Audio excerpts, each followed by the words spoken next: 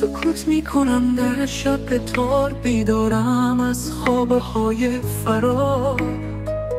جستجو میکنم در قلبم عمق عشق، نوری در دلم میتابد همچون ستارای برار.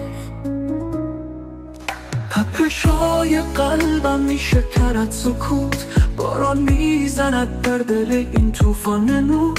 به آغوش میکشم خاطرات دور، هر لحظه دوباره میمانم در شور. سکوت میکنم در حسرت دیدار، چشمایی پر از عشقهای بیقرار.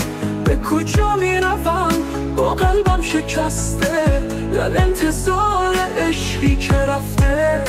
سکوت میکنم میان سایه ها، باد میزند برگ های این چنار.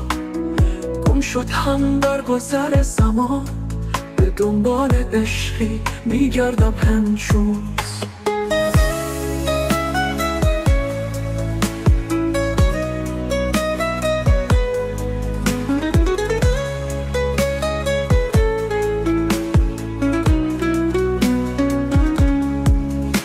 تپاش قلبم میشکند سکوت، باران میزند در دل این طوفان نور.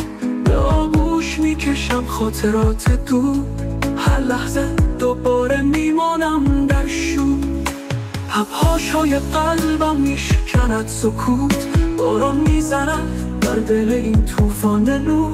به آغوش میکشم خاطرات دور، هر لحظه دوباره میمانم در شور. سکوت میکنم در حسرت دیدار، چشمهایی پر از اشکهای بیقرار.